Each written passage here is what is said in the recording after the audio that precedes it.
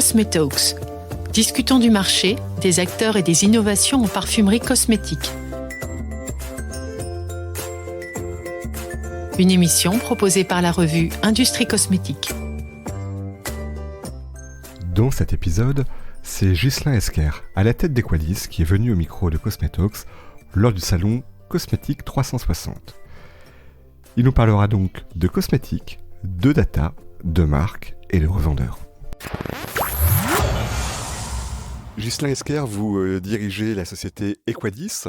Qui êtes-vous d'abord ? Bonjour Nicolas.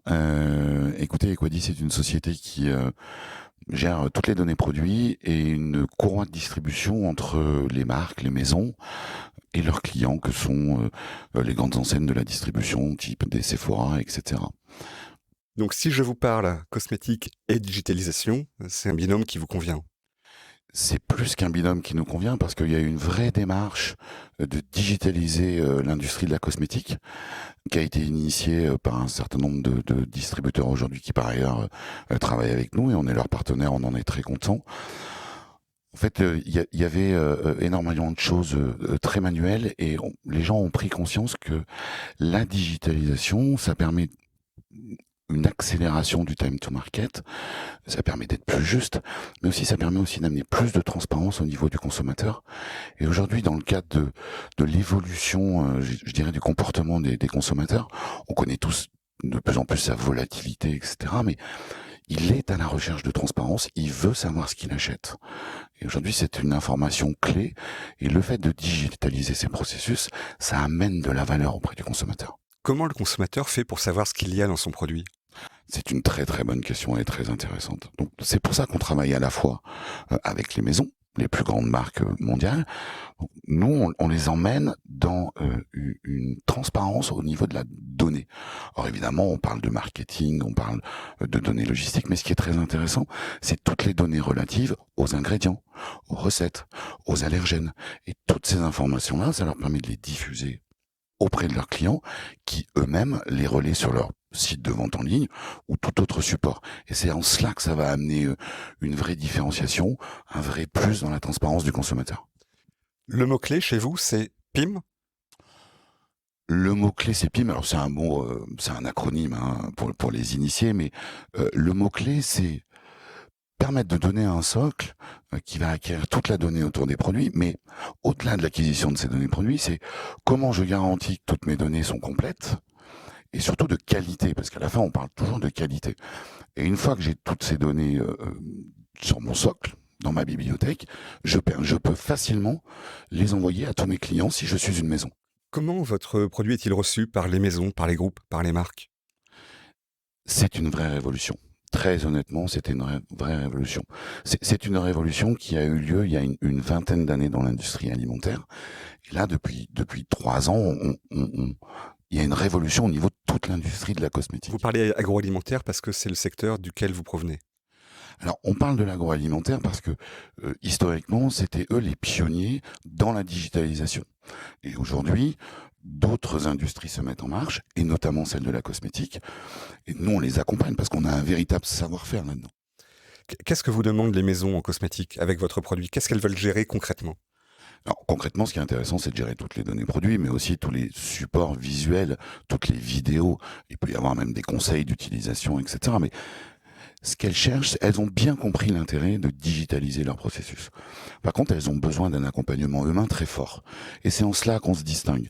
On les aide dans le pilotage du change management, on va appeler ça comme ça. Mais là où elles sont extrêmement rassurées, c'est que notre communauté est constituée à la fois des plus grandes maisons mondiales, mais aussi des clients distributeurs. Et c'est en cela qu'elles nous font confiance. Parce qu'on connaît la demande initiale qui provient des distributeurs et on va être la bonne parole vis-à-vis des maisons pour les accompagner dans leur organisation interne, mais aussi pour être le relais de la communication de ce que demandent leurs clients distributeurs. Donc, vous donnez toute la possibilité aux marques de faire beaucoup d'efforts pour expliquer ce qu'elles font, mais au final, est-ce que le consommateur va chercher ces informations-là, d'une manière ou d'une autre ?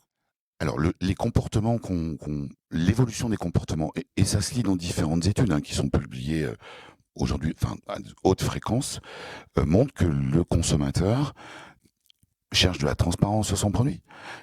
Il y a quand même cette notion de où est fabriqué mon produit, qu'est-ce qu'il y a dedans, est-ce qu'il est bon pour ma santé.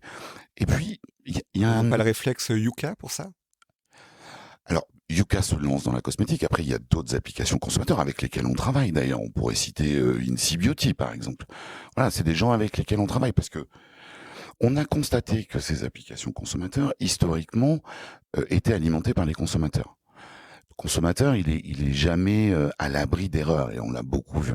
Et donc, c'est pour ça qu'on permet aussi à la marque de distribuer ces informations-là directement au sein des applications. Je vous prie le cas d'Incy Beauty. Et c'est ces applications derrière qui vont noter.